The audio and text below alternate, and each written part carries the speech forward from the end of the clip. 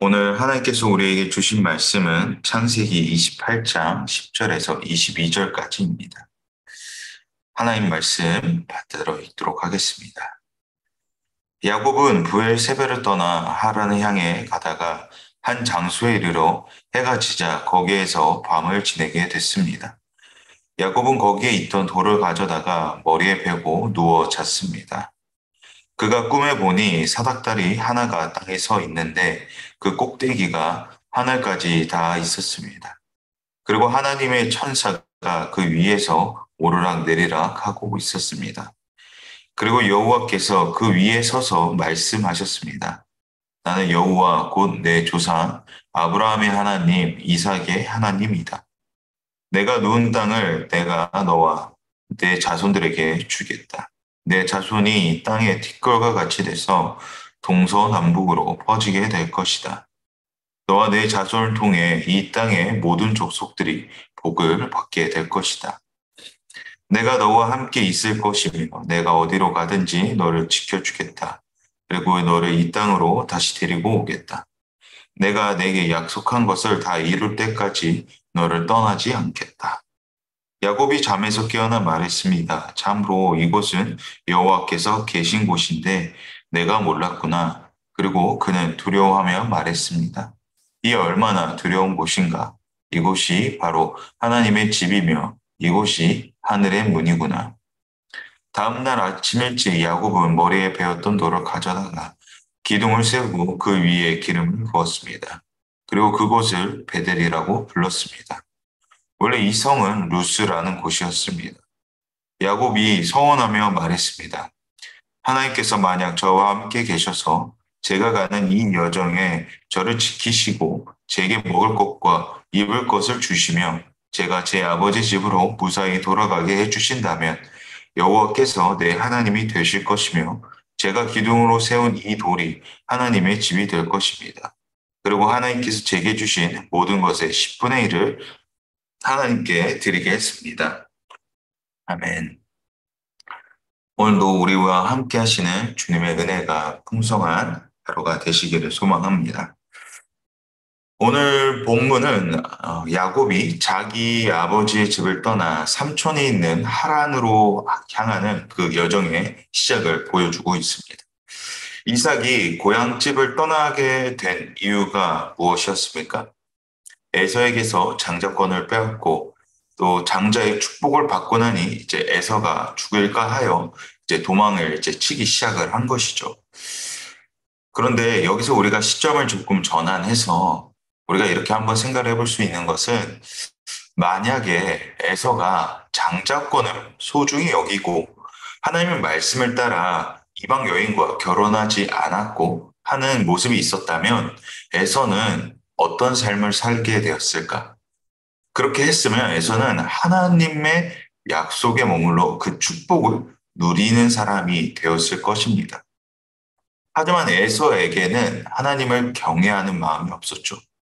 자신의 힘과 능력이라면 어떠한 사냥감이라도 잡을 수 있었고 어떤 곳을 가든 자랑할 만한 것이 그때 당시에는 아무래도 이제 육체적인 또한 이제 힘과 능력이 지배되어진 이제 세상이었기 때문에 그런 이제 가나안 땅은 특별히 더 우상이 가득한 곳이었죠. 그래서 그는 얼마나 그 상황 가운데서 돋보이는 사람이었지 않았을까 합니다. 그렇기에 가나안 땅에서 이 수많은 사람들에게 돋보이는 사람이었기 때문에 하나님의 축복은 그에게는 마치 아무것도 아닌 것처럼 느껴졌을 것입니다. 반대로 야곱은 꾀를 부리기는 했지만 그는 결코 교만한 사람은 아니었습니다. 야곱은 하나님을 아는 지식이 있으므로 하나님을 경외하였는데 그 장면이 이제 18절, 이제 16절에서 18절까지의 모습에서 나옵니다. 야곱은 잠에서 깨자마자 이곳이 하나님께서 계신 곳이라는 것을 깨닫고 두려워하는 모습을 세우고 그곳을 이제 기둥을 세우고 그다음 기름을 부은 다음에 이곳을 베델이라고 부릅니다. 그렇습니다. 야곱의 모습은 하나님을 두려워하는 자였다라는 것이죠. 다시 말해 에서와 달리 야곱은 하나님을 경외하는 자임을 우리가 알 수가 있습니다.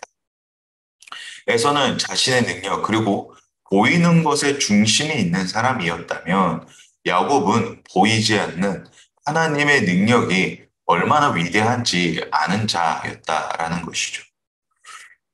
우리도 이 또한 이와 같이 에서와 같은 모습으로 자신이 돋보이는 나 중심적인 삶을 살고 있으면서 하나님의 능력은 보이지 않습니다.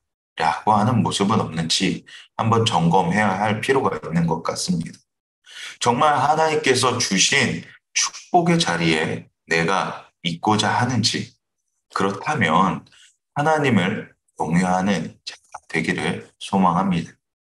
내 삶의 가장 작은 자리에서조차 하나님의 영광을 드러내는 우리 모두가 되기를 소망합니다. 그 시작 가운데서 우리에게 가장 큰 은혜가, 특별한 은혜가 그곳에 있음을 잊지 않으시기를 바랍니다. 하나님을 경외하는 자의 인생을 만들어 가시는 그 과정을 보게 되면 참 신기한 것이 아브라함의 3대를 쭉 보게 되면 참 재밌는 것이 다 고향집을 떠나게 됩니다. 아브라함은 하나님의 명령을 따라 자기 아버지와 친척의 그 고향을 집을 떠나게 되고요. 이삭은 흉년이 들어 블레셋으로 갔다가 나중에서야 브엘세바로 돌아오게 됩니다. 그리고 마지막 이제 야곱은 에서에게 중임을 당할까 봐 브엘세바를 떠나 하란으로 이제 떠나가고 있습니다. 하나님께서 만들어 가시는, 빚어 가시는 인생은 한 곳에 머무르게 하지 않으십니다. 이는 안식을 취하지 못하게 하시려고 하는 것이 아니라 눈에 보이는 세상보다 더 크신 하나님의 능력을 배워가는 시간이라는 것이죠. 이게 무슨 말이냐? 우리의 삶 가운데 마주치는 여러 상황들은 하나님과 동행하는 기쁨을 알게 하시는 과정이라는 것이죠. 그 동행은 앞으로의 우리의 실력이 되며 하나님의 일하심과 능력을 보게 되는 은혜의 자리가 될 것입니다. 그러므로 삶 가운데서 주어진 상황들을 불평불만만 하지 말고 주어진 자리에서 하나님의 일하심을 구하며 최선을 다하며 나아가는 우리 모두가 되기를 소망합니다. 젊었을 적에 10대 우리가 20대를 만약에 다시 돌아가게 된다고 한다면 우리는 아마 그때보다 훨씬 더 능숙하고 여유롭게 할 수 있을 것입니다. 왜 그렇습니까? 그때와 다른 연륜이, 경험이 우리에게 있기 때문입니다. 나이가 들어간다는 것은 그 이해와 깊이가 더해져 간다라는 것입니다.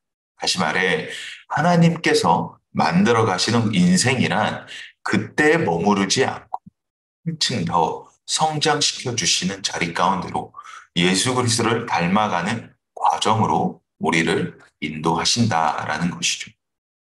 그러므로 현재의 나는 하나님께서 만들어 가시는 과정 가운데에 앞으로 완성되어 가져가는 기쁨의 시간이라는 것입니다. 한편 현재에 머물면 편하고 좋을 수 있습니다. 그러나 발전이 없게 됩니다. 발전이 없는 인생은 결국 도태되기 마련입니다. 새로움은 처음에 반감이 들지만 반감이 듭니다. 왜 그렇습니까? 힘드니까 그렇습니다. 익숙하지 않으니까.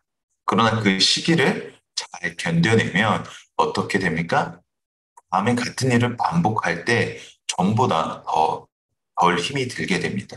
즉, 성숙해져 가는 과정이라는 것이죠. 야곱이 고향집을 떠난다는 것은 무엇입니까? 하나님의 사람으로 훈련되어지는 과정이라는 것입니다.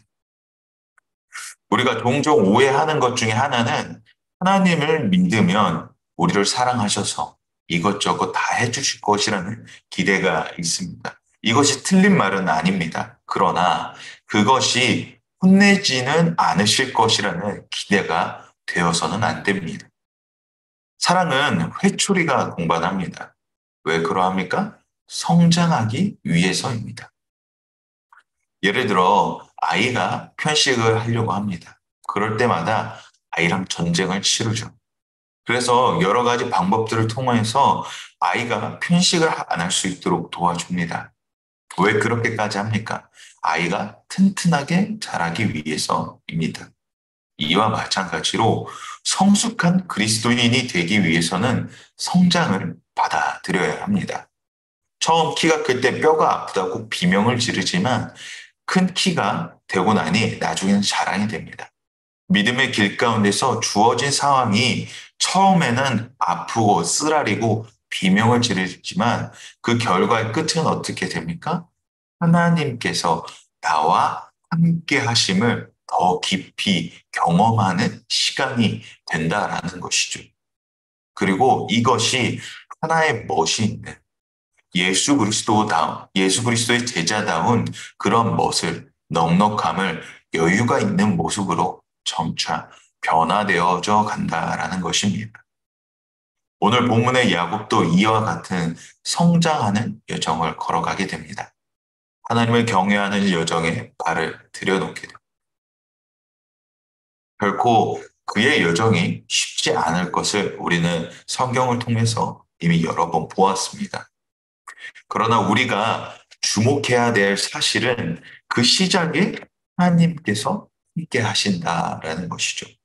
10절과 15절의 포인트를 한번 보게 되면 하나님께서 야곱을 만나시고 그리고 15절 끝에 이렇게 얘기를 하십니다. 내가 너와 함께 있을 것이며 내가 어디로 가든지 너를 지켜주시겠다. 그리고 너를 이 땅으로 다시 데리고 오겠다. 그리고 내가 내게 약속한 것을 다 이룰 때까지 너를 떠나지 않겠다. 이렇게 말씀하십니다. 얼마나 위로가 됩니까? 하나님은 그 성장의 길 가운데서 우리를 혼자 가라고 하지 않으십니다. 나와 함께 하신다고 걱정하지 말라고 하십니다. 그렇습니다. 하나님께서 인도하시는 그 길을 애써 나 혼자고 혼자 하려고 발버둥 치려 하지 마시길 바랍니다. 하나님께서 나와 함께 하신다는 그 기쁨을 누리시기를 바랍니다. 하나님은 언제나 나와 함께 동행하고 계십니다. 단지 나의 삶의 우선순위가 주님께 맞춰져 있지 않기에 모르는 것입니다. 그러므로 온전히 하나님께 의탁하기를 삶의 가장 작은 부분조차도 하나님께 아뢰기를 소망합니다. 그 소망 가운데서 그 간절함 가운데서 하나님의 일하심을 우리는 함께 보게 될 것입니다. 계속해서 이제 16절과 17절을 한번 보도록 하겠습니다. 16절부터 보도록 합니다. 야곱이 잠에서 깨어나 말했습니다. 참으로 이곳은 여호와께서 계신 곳인데 내가 몰랐구나. 그리고 그는 두려워하며 말했습니다. 이 얼마나 두려운 곳인가. 이곳이 바로 하나님의 집이며 이곳이 하늘의 문이구나. 야곱이 깨어나 말하기를 하나님의 계신 곳이네 내가 몰랐구나 라고 하며 두려워합니다. 야곱은 하나님을 경외하는 마음이 있었죠. 그래서 하나님께서 축복의 말을 하시면 친근하게 대해 주시지만 이를 가볍게 여기지 않습니다. 하나님을 가벼이 여기지 않으며 하나님을 두려워하는 마음으로 감사함으로 야곱은 나아갑니다. 이것이 오늘날 우리의 같은 태도가 되어야 할 것 같습니다. 하나님은 우리의 아버지 되시고 친구 되시지만 이를 너무 가볍게 여기는 현대 그리스도인들의 모습을 통해 우리가 알 수가 있습니다.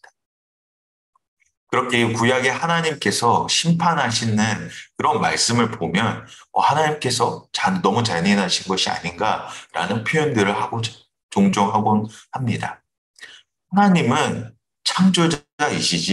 창조자이시며 이 땅의 모든 믿는 자들을 구원할 능력의 하나님이십니다. 이것은 다시 말해 전능하신 분이라는 것입니다. 하나님은 우리의 신이시라는 분입니다. 우리의 왕이시라는 분이십니다. 이것이 능력은 내가 있는 것이 아니라 하나님께 있다라는 것이죠.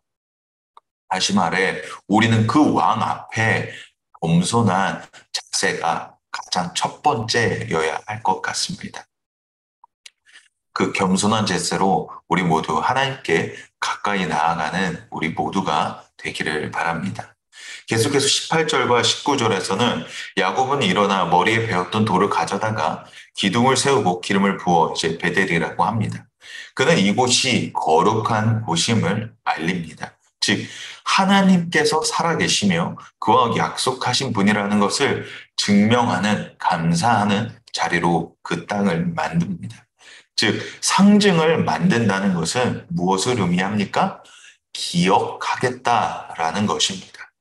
나와 약속하신 하나님의 능력을 내가 잊지 않겠습니다. 라고 고백하는 것입니다.